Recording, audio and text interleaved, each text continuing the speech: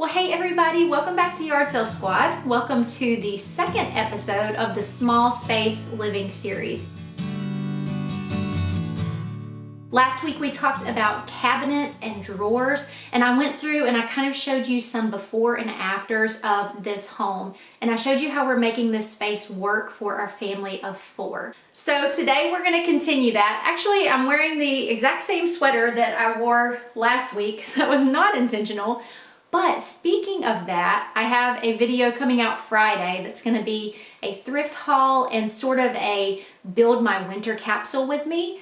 If you guys have been around, you know that I have started doing Project 333, which is where you wear 33 items of clothing for a 3-month period, and then you rotate out for the next season. So you can look ahead, that's going to be on Friday. But today we are talking all about the pantry. So we live in a mobile home, and if that term is not something that's familiar to you where you live, it just means that it's a manufactured home. They are usually on the smaller side. Ours is 1,000 square feet, give or take. So it does not count as a tiny home. It does have actual separate defined rooms, defined living spaces. In the US, a small home is really defined as 1,000 square feet or less. So we're just kind of right there at that border. So anyway, that's enough about my house, but let's talk about our houses in general. Some homes, food storage is pretty simple. You have a dedicated pantry closet or a pantry cabinet. In our first home, we had a pantry closet, and it just had a door similar to our laundry doors, and you'll see those in a minute. And then in our second home, we had double pull-out cabinet doors that opened, and then it had drawers on the inside, and I think there were maybe 4, and then up above that there were 2 cabinets. So in our last home we just had a wealth of space for food storage. So if you have a small home, even once you find homes for the pots and pans and your cups and plates and all of those kinds of things, then we have to figure out, where do I actually put my food? I have things to cook my food with, where do I actually put my ingredients? So I wanted to go through and show you what we do in our home. Every home is going to be different, but I hope you can take some things away from this. So you know, whenever you move to a new space and you kind of have all these endless possibilities in your head, you have an idea of how the space is going to look and where you're going to put things. And I definitely did, and some of my ideas worked, and then some of the things, when we got in the space, it was like, we're gonna have to reroute. So the pantry was one of those. So like I said, this kitchen does not have a designated pantry area. So whenever we moved in, I decided we would probably put our food in the laundry closet. So let me show you that area. All right, yes, we do have a microwave on top of the dryer. Yes, we do have a big pile of stuff there that's mainly spot treat laundry stuff. So eventually what I want to do is create a shelf here, and then that'll give me some extra storage. But anyway, let's look up here. So my first thought was, let's take these cabinets out. Let's do a stackable washer and dryer here, and then we will build in pantry storage all right here. And part of it could be utility, part of it could be pantry. And then we ran out of money. I mean, renovations are expensive, and this washer and dryer work fine. They have been working fine. And so we kind of thought, let's just wait a little bit. The cabinets are also, you know, in fine shape. So what we have done is we have used the cabinet space for laundry detergent, cleaning towels, paper products, all that kind of stuff. And then up here at the top is overflow dried goods, and you will get to see in a minute where we store those. All that to say, this space has not been a good candidate for our everyday pantry storage. And plus I realized it would be really annoying to have to reach over the washer and dryer every time I needed to access something. All right, so this is the view looking from the kitchen on into the living room. And if you'll notice, we have this shelf here. So we actually had a friend make this shelf for us, and this is where we put a lot of things that can be decanted or put in a prettier container.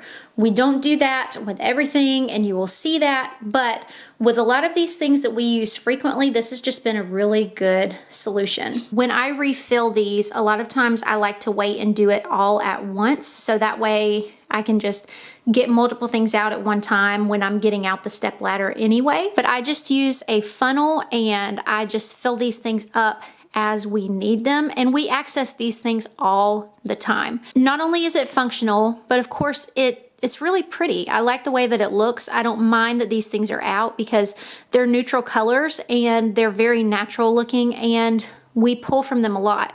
Not to mention that when you are cooking, a lot of times visual clutter can cause stress. I know it causes me stress sometimes, especially if I'm busy or if I have kids cooking with me in the kitchen.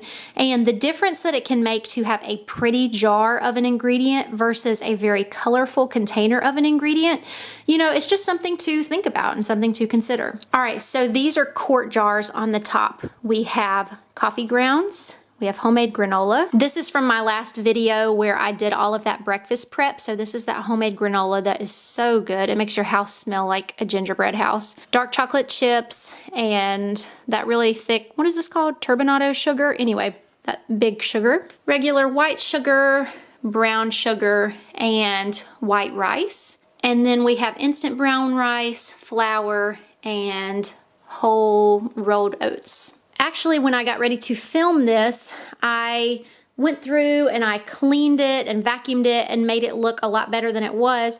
And then I actually decided to be a little thoughtful about how they were placed. I sort of just usually stick the jars in here, but I realized, oh, I have 3 of this kind of brown tan color and 3 of this sort of white cream color. So I made them kind of balanced in that way. And then I did the same thing up here. And I don't know, I think it looks pretty excellent, I just gotta say. All right, so that gets us the dried goods. Let me go and I'll show you where everything else is. All right, so here's the view looking from the living room. So when we first moved in, I was really trying to figure out where are we going to put the food storage.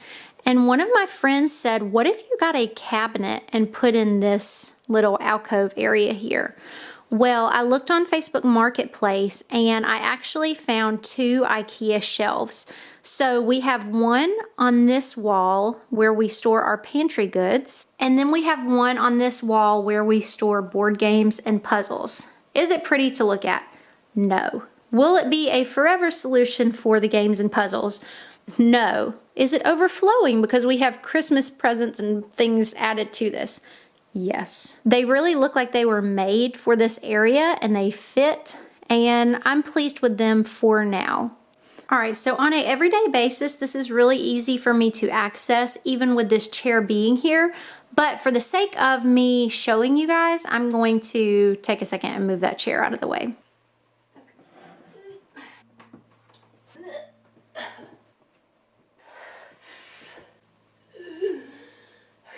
All right, so honestly, my goal with the pantry was to make it organized, to make it pretty, but also to make it functional. So yes, you see some boxes, you see some packaging.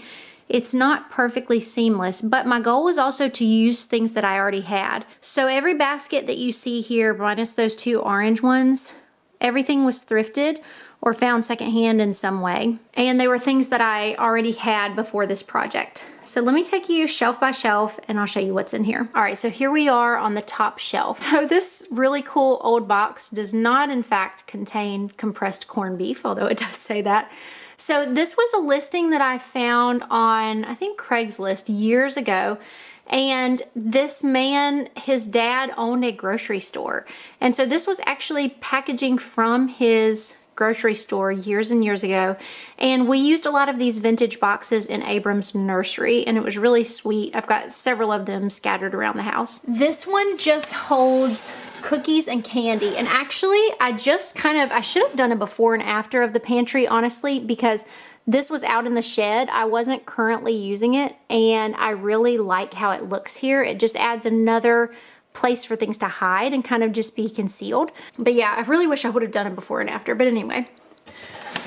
So this area is cookies and candy. So we have various kinds of cookies, holiday things, and then, you know, if you've watched Vlogmas, we keep 1 jar of candy and that is all we keep.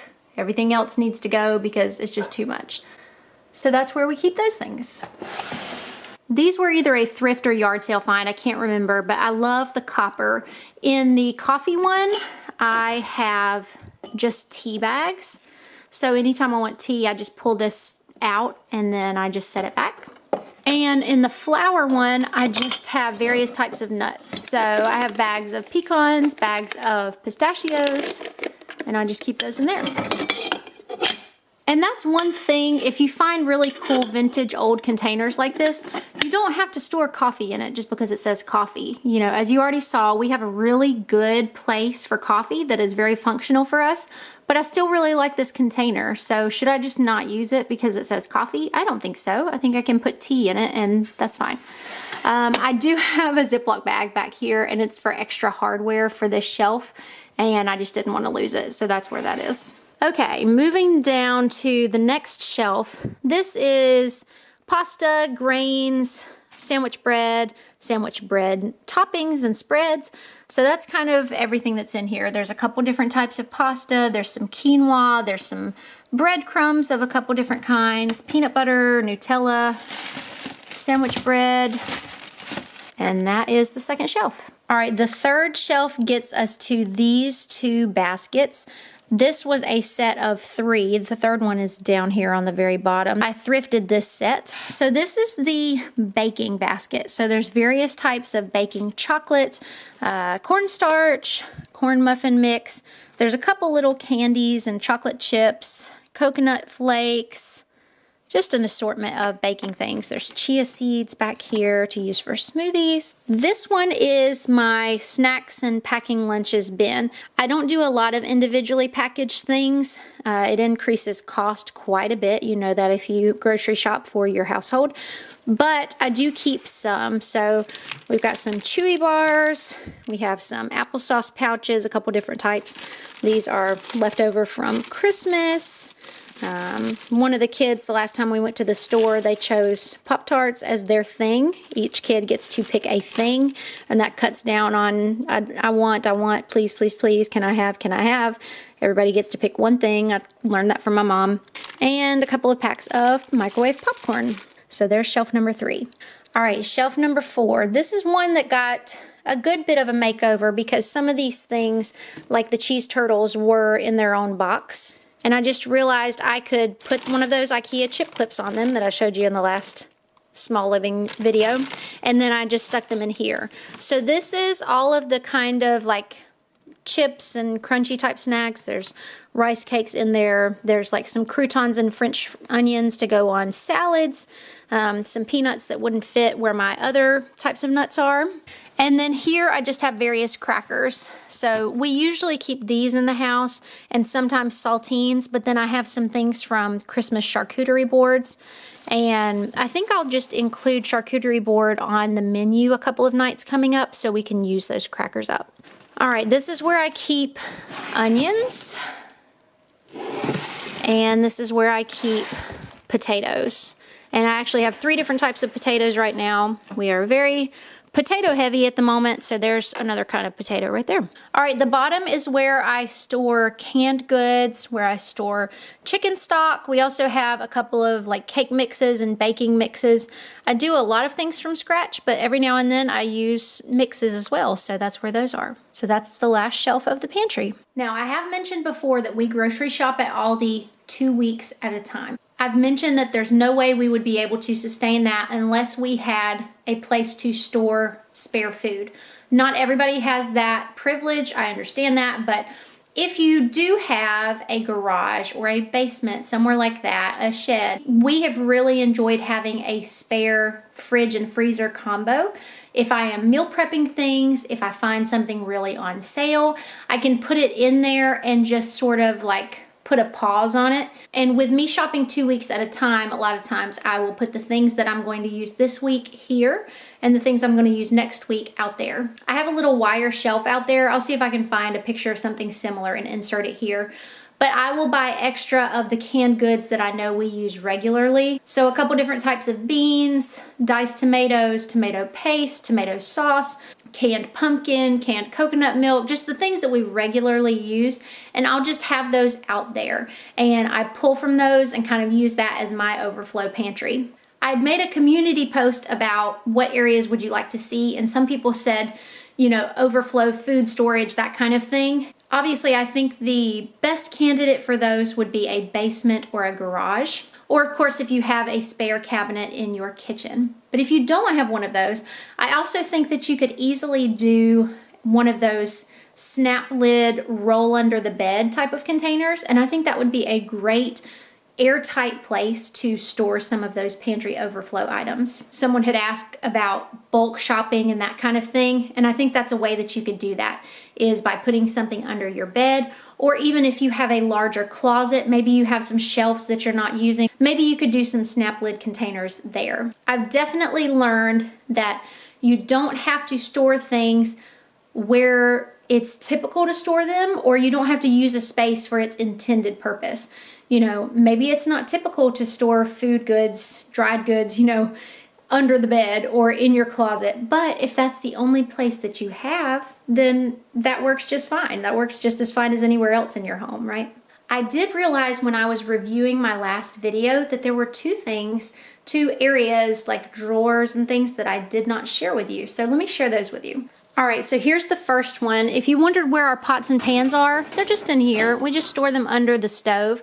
Actually, even though the stove is much older than the one in our previous home, this is deeper. So this easily, I mean, I don't know if you can tell, but I have my cast iron in the back stacked up with a large pan. And then on top of that is our Dutch oven, and it all fits. So this has been a real blessing. Even though our last kitchen was bigger, it did not have a drawer that was this deep. And then I showed you the banquette. I showed you what was in the benches, but I did not show you the drawers. So if we wanted to, I'm sure we could use these drawers for more utilitarian, like office type purposes. I could use them for homeschool things. But since we have our coffee maker here, what this space has been used for, and it works really well, is coffee mugs. Honestly, most of them are in the dishwasher right now. And then larger ones go down here. And then the bottom drawer is kids' cups and kids' plates. One thing I think that definitely helps to keep a pantry organized is just to kind of have zones, just like anywhere else in your home. So there's a space for each category of item, so it's easier to put things away and then keep them in those spots. So if your pantry feels like it needs a little bit of a refresh, maybe try implementing some zones for specific types of food. I'm sure you probably already have a loose version of that, and maybe just look at refining that a little bit, and it can really help. I know I had zones, but they still weren't that great before I did this kind of cleanup, and they already look so much better. All right, you guys, thank you so much for stopping by. If you are new here and this is our first time meeting, hi, my name is Kelly, and I like to share about our life of secondhand shopping and living simply and on purpose. I really appreciate practicing contentment and gratitude, and I like loving where you live and just making your life very full without filling it with stuff. So we've had quite a bit of growth this last week. There are a lot of new subscribers around here, so I just wanted to take a moment to say hey, to say thank you for being here, and I hope that you find something that enriches your life. All right, you guys, thank you so much for watching, and I will be talking to you soon.